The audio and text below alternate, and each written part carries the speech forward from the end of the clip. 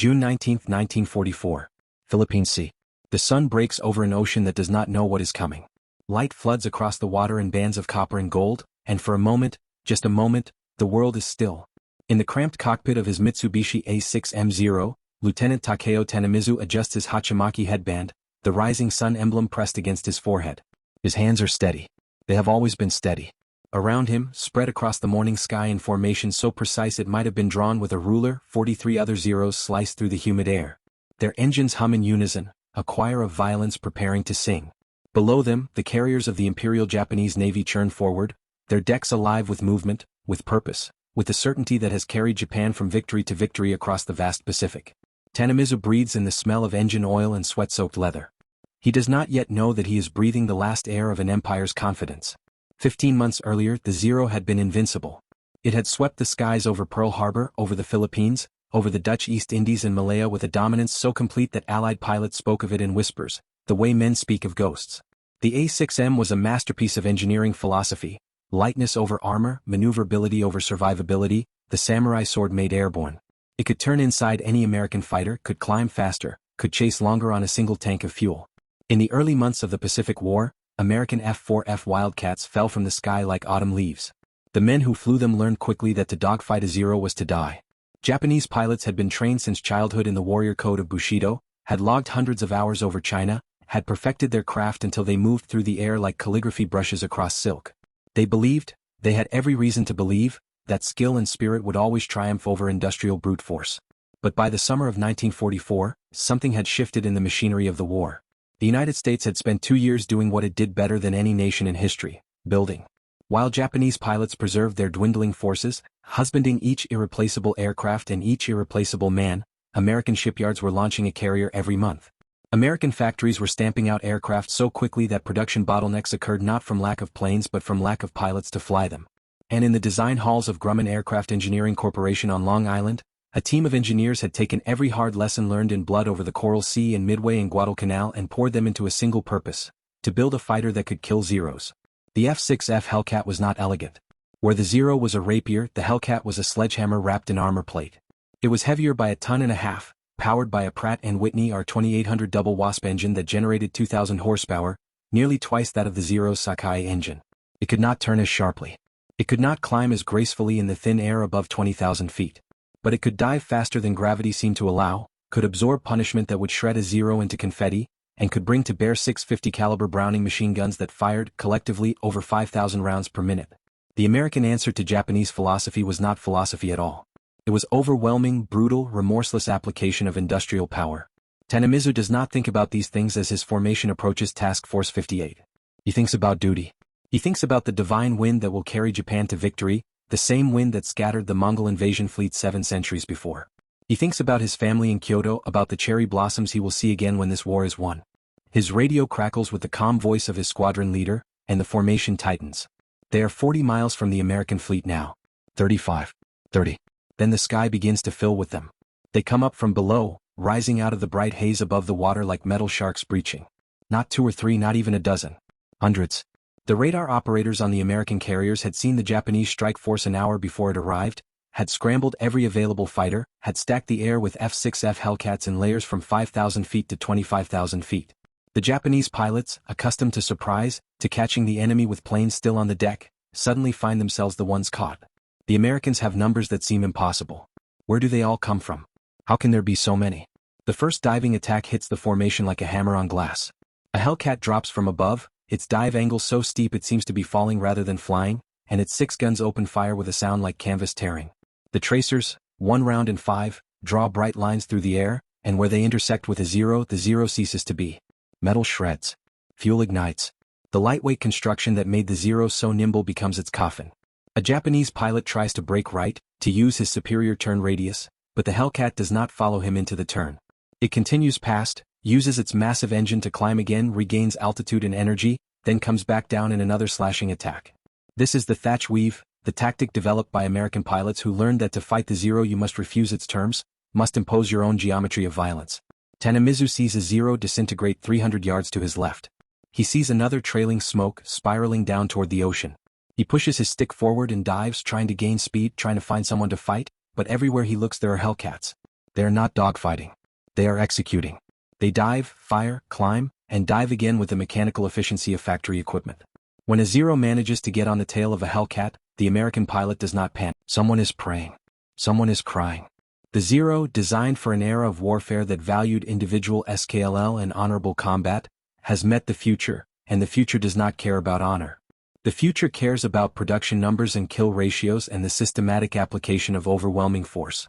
Lieutenant Tanimizu manages to survive the first 10 minutes. He does this by running, by pushing his Zero to maximum speed and heading back toward the Japanese carriers, but even this is not enough. A Hellcat latches onto him, staying in his 6 o'clock position with ease. He tries a split S, rolling inverted and pulling back on the stick to dive away, but the Hellcat follows. He levels out 50 feet above the water, the propeller wash kicking up spray, and he can hear the American guns firing behind him. The rounds walk up the ocean surface, white splashes marching toward him, and then they find him. The first bullets punch through the thin aluminum skin of his fuselage. The second burst tears into his engine. Oil sprays across his windscreen, hot and black, and the propeller seizes with a metallic shriek. He ditches in the ocean and survives. He will spend the next 14 hours in the water before a Japanese destroyer finds him. Of the 44 Zeros in his formation, only 6 return to the carriers. The Americans will call this engagement the Great Marianas Turkey Shoot. In one day, Japanese naval aviation loses 300 aircraft and hundreds of irreplaceable pilots. The Hellcat accounts for the vast majority of the kills. This is not an anomaly. This is the new mathematics of the Pacific War. The expectation had been so different. When the Zero first appeared over China in 1940, it shocked the world. Chinese pilots flying Soviet-built fighters stood no chance. The A6M could outmaneuver, outclimb, and outrange anything in the sky. Japanese command believed they had created the ultimate weapon, a fighter that embodied the spiritual superiority of the Japanese warrior combined with technological excellence. After Pearl Harbor, this belief seemed confirmed. American pilots over the Philippines found themselves hopelessly outmatched. The Zero could turn inside a Wildcat's turning radius by a margin so wide it seemed like a different species of machine. It could climb to altitude faster, could cruise farther on internal fuel tanks that carried 140 gallons versus the Wildcat's 144. In the first 6 months of the Pacific War, Zeros destroyed American aircraft at a ratio of 12-1. But the Americans were learning. Every downed Zero, every combat report, every debriefing of pilots who survived encounters was fed into a growing body of knowledge. In April 1942, on the Aleutian island of Akutan, a nearly intact Zero crash-landed and was recovered by American forces. Engineers swarmed over it, measuring, testing, documenting every detail. They found that the Zero's extraordinary performance came at a cost. It had no armor plating to protect the pilot. It had no self-sealing fuel tanks, meaning a single incendiary round could turn it into a fireball. Its lightweight construction meant that the airframe could not handle high-speed dives without risking structural failure. The Americans took these weaknesses and designed the Hellcat to exploit every single one. When the F6F entered service in January 1943, it carried 200 pounds of armor plate surrounding the pilot. Its fuel tanks were protected by layers of rubber that would seal around bullet holes, preventing fires. Its airframe was built like a bank vault, stressed to handle dive speeds exceeding 450 miles per hour. And those 650 caliber machine guns. Each one was fed by ammunition belts loaded with a mix of ball, tracer, armor-piercing, and incendiary rounds. A 2-second burst from a Hellcat put 60 rounds into the air. Against the unarmored Zero, this was apocalyptic. The symbolic object of this transformation, the thing that came to represent American industrial philosophy in the skies over the Pacific, was the gun camera. Every Hellcat carried a small film camera synchronized with its weapons, recording each engagement. These cameras were not Japanese. Japanese aircraft did not carry them, because Japanese combat philosophy emphasized honor and trust. A pilot's word was sufficient proof of a kill. But American engineers installed gun cameras for quality control, for objective assessment, for data. When a Hellcat returned from a mission, the film was developed and analyzed. Kills were confirmed or denied based on evidence. Tactics were refined based on what the footage showed. The gun camera represented the American way of war: quantifiable, improvable, industrial. It turned air combat from an art into a science, from individual heroism into systematic slaughter. Pilots began to treat the Hellcat not with the reverence Japanese pilots showed the Zero, but with a kind of affectionate pragmatism. They called it the aluminum tank. They appreciated that it brought them home alive. Lieutenant Alexander Vreshu, who shot down 19 enemy aircraft in a single tour, described the Hellcat as a pilot's aircraft. It could take it and it could dish it out. This was the highest compliment an American pilot could give. Not that the plane was beautiful or elegant, but that it worked. That it was reliable. That it killed the enemy and protected the pilot, day after day, mission after mission, with the consistency of a factory assembly line. The contrast between what Japanese pilots expected and what they experienced by mid-1944 was a chasm that swallowed not just aircraft but entire belief systems. They had expected that courage and skill would overcome material disadvantage. They had been taught since childhood that spirit, Yamato Damashii, the soul of Japan, was superior to Western materialism. The samurai, after all, had defeated the Mongols not through superior numbers but through superior will. This was the foundational myth that every Japanese pilot carried into combat. But the Hellcat did not care about spirit. It cared about horsepower and armor plate and ammunition capacity. When a Zero pilot executed a perfect barrel roll, when he demonstrated textbook gunnery, when he embodied every principle of Bushido, the Hellcat simply powered through his bullets, absorbed the damage, and killed him with a weight of fire he could not match. The American pilot did not need to be better. He needed only to follow the tactics, to boom and zoom, to maintain energy, to let the machine do what the machine was built to do. He pushes his throttle forward and simply outruns the pursuit, the big Pratt & Whitney engine pulling him away from danger with brute force that the Zero's lighter engine cannot match. Then, almost lazily, the Hellcat comes back around and the roles reverse. The radio in Tanimizu's cockpit becomes a chaos of screaming. Voices call out warnings that arrive too late, announce attacks that end before they can be completed. Japanese combat records from the latter half of 1944 reveal a growing desperation. Pilots reported encountering American formations of 30, 40, 50 Hellcats at a time. They described combat as impossible, as fighting against a metal storm. One pilot, whose name was redacted from the records, wrote in his diary, "We are shooting at steel fortresses that fly. They laugh at our bullets." Another, Lieutenant Sadamu Kamachi, survived a mission over Leyte Gulf and reported, "I fired all my ammunition into one American fighter. I saw the strikes on his wings and fuselage. He did not even smoke. He turned and came back at me and I had to flee with no ammunition." This was the psychological transformation the Hellcat imposed. The realization that courage was not enough, that training was not enough, that the entire philosophy of Japanese aviation had been built on assumptions the Americans had systematically dismantled. The historical evidence is overwhelming and brutal. From its introduction in 1943 to the end of the war in 1945, the F6F Hellcat achieved a kill ratio of 19-1 against Japanese aircraft.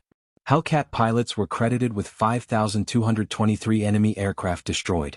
The plane was flown by the top American aces of the Pacific War: David McCampbell with 34 kills, Cecil Harris with 24, Eugene Valencia with 23. These men were skilled, certainly, but they were the first to admit that the Hellcat made them deadly. It gave them altitude advantage, speed advantage, firepower advantage, and survivability advantage. It turned air combat from a test of individual prowess into a contest of industrial systems, and in that contest, there was never any doubt about the outcome. The transformation was not just tactical but existential. The Zero had been designed with a specific vision of warfare: the decisive battle, the heroic engagement, the quality of the few overcoming the quantity of the many. This was Bushido adapted to aviation, the idea that a superior warrior in a superior machine could change the course of history. And for a brief, brilliant moment, it had been true. But the Americans rejected this entire framework. They did not try to build a better Zero. They built a plane that made the concept of the Zero obsolete. They matched Japanese skill with systematic training programs that graduated thousands of pilots. They matched Japanese dedication with an industrial base that could replace losses faster than Japan could inflict them. The Hellcat was not just an aircraft. It was a statement of philosophy, that abundance defeats scarcity, that industry defeats artistry, that the factory floor is more powerful than the warrior's code. Consider the numbers as evidence of this philosophy. In 1943, Japan produced 8,000 aircraft of all types. That same year, the United States produced 85,000. In 1944, Japan managed 28,000. The United States produced 96,000. By the time the Great Marianas Turkey Shoot occurred, American carriers were launching strikes with aircraft they could afford to lose. If a Hellcat was shot down, another took its place the next day. If a pilot was killed, another graduated from Pensacola or Jacksonville. The pipeline was endless. For Japan, every loss was catastrophic. They had no pipeline. They had a dwindling pool of veterans trying to train inadequately prepared replacements in aircraft that were already obsolete. The symbolic weight of the gun camera becomes clearest here. After each mission, American intelligence officers would gather the gun camera footage and compile it into reels.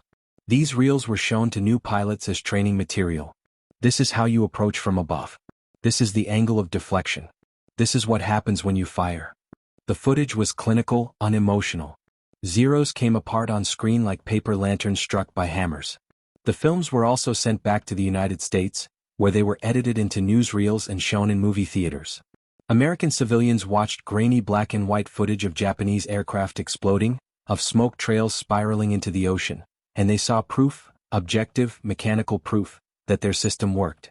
That their factories and their pilots and their philosophy of war was superior. There was no equivalent in Japan. Japanese pilots who survived did not have their victories confirmed by cameras but by their word, and by late 1944, the word of pilots was becoming harder to believe. They claimed to have shot down dozens of American planes, but the American fleet kept growing. They reported sinking carriers, but the carriers kept launching aircraft. The gap between the official narrative and the reality was so wide that it bred a kind of cognitive dissonance among Japanese forces. The leadership clung to reports of victories while the men at the front knew they were being annihilated. Lieutenant Tanimizu, pulled from the ocean after the Turkey Shoot, was sent back to Japan for reassignment. He was one of the lucky ones, if luck is the right word for a man who must return to fight with the knowledge of what is coming. He was given 2 weeks of leave in Kyoto, and he spent those weeks walking among the cherry trees in Murayama Park, trying to reconcile what he had seen with what he had been taught.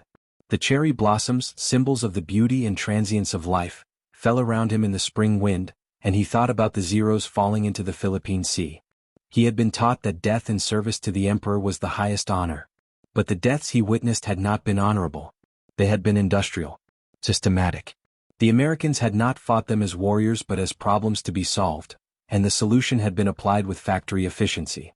When he returned to duty, he was assigned not to a carrier, Japan had lost too many carriers, but to a land-based unit defending Okinawa. He was given a new Zero, one of the last produced, and told to prepare for Operation Tengo, the final decisive battle that Japanese command still believed could turn the tide. By then it was April 1945, and the decisive battle was a fantasy. The Hellcats had already won the war in the air. What came next was simply the mathematics of that victory playing out to its inevitable conclusion. The symbolism of the Hellcat extended beyond the aircraft itself to what it represented about American democracy and abundance. In a dictatorship, resources are hoarded, distributed by command, jealously guarded by hierarchy. The Zero was a product of this mindset. Limited numbers, elite pilots, a precious resource to be preserved. But the Hellcat was a product of democratic capitalism, of a system where factories competed to produce more, where innovation was rewarded, where the assembly line could turn out a fighter aircraft every 6 hours. The Grumman factory on Long Island employed thousands of workers, many of them women who had never set foot in a factory before the war. They built Hellcats while their sons and husbands flew them, a direct connection between the home front and the battlefield that totalitarian systems could not replicate. This abundance was visible in every aspect of American naval operations. When a Hellcat returned from a mission with battle damage, it was often simply pushed over the side of the carrier and replaced with a new one. Not because repair was impossible but because replacement was easier. Japan could not afford this. Every Zero had to be preserved, patched, kept flying long past the point of safe operation. American pilots were rotated home after a certain number of missions, given leave, allowed to rest. Japanese pilots flew until they died because there was no one to replace them. The contrast was stark and it was visible to anyone who looked. One side had too much, the other too little, and in war too much is always better than just enough. The June 19th Turkey Shoot was not the end but the beginning of the end. In the months that followed, Hellcats cleared the skies over Iwo Jima, over Okinawa, over the Japanese home islands themselves. By August 1945, Japanese fighters rarely even attempted to intercept American bomber formations, because to do so was suicide. The Hellcat had not just defeated the Zero, it had erased Japanese air power as a meaningful factor in the war. The sky belonged to the Americans and everyone knew it. The poetic irony is that the Zero was, in its own way, a beautiful machine. It represented a certain purity of purpose, a design philosophy that sacrificed everything for performance. In another war in another era it might have been enough. But it faced the Hellcat, which represented a different philosophy entirely, that survival matters more than purity, that abundance is its own form of strength, that the willingness to protect your people and outproduce your enemy is the ultimate expression of power. The Zero asked its pilots to be heroes. The Hellcat allowed its pilots to be survivors. And in the end, survivors write the history. When Lieutenant Tanimizu died, and he did die in the skies over Okinawa in May 1945, shot down by a Hellcat flown by a 22-year-old ensign from Iowa, he died knowing that the war was lost, that the ideology he had believed in had been tested against an alternative system and found wanting. He died in a Zero that was inferior in every measurable way to the plane that killed him. But perhaps in those final seconds he understood something that the men who designed Japan's strategy never did, that a nation's strength is not measured by the spirit of its warriors but by its capacity to sustain them, to equip them, to bring them home. The Hellcat was not elegant. It was not a symbol of martial virtue. But it was the tool of a nation that valued its people enough to wrap them in armor, to give them overwhelming firepower, to ensure that they survived to see the cherry blossoms again. The gun camera footage of that final encounter exists somewhere in the National Archives. A grainy clip, perhaps 30 seconds long, showing tracers converging on a small fighter marked with the rising sun. The Zero breaks apart in the familiar way, pieces spinning off into the slipstream, and then it is gone, tumbling down toward the ocean. The camera does not linger. It moves on to the next target because there is always a next target, because the machinery of American air power does not pause for sentiment. This is the truth the Hellcat taught, that war is not a story about heroes but a calculation about resources. And in that calculation abundance always wins.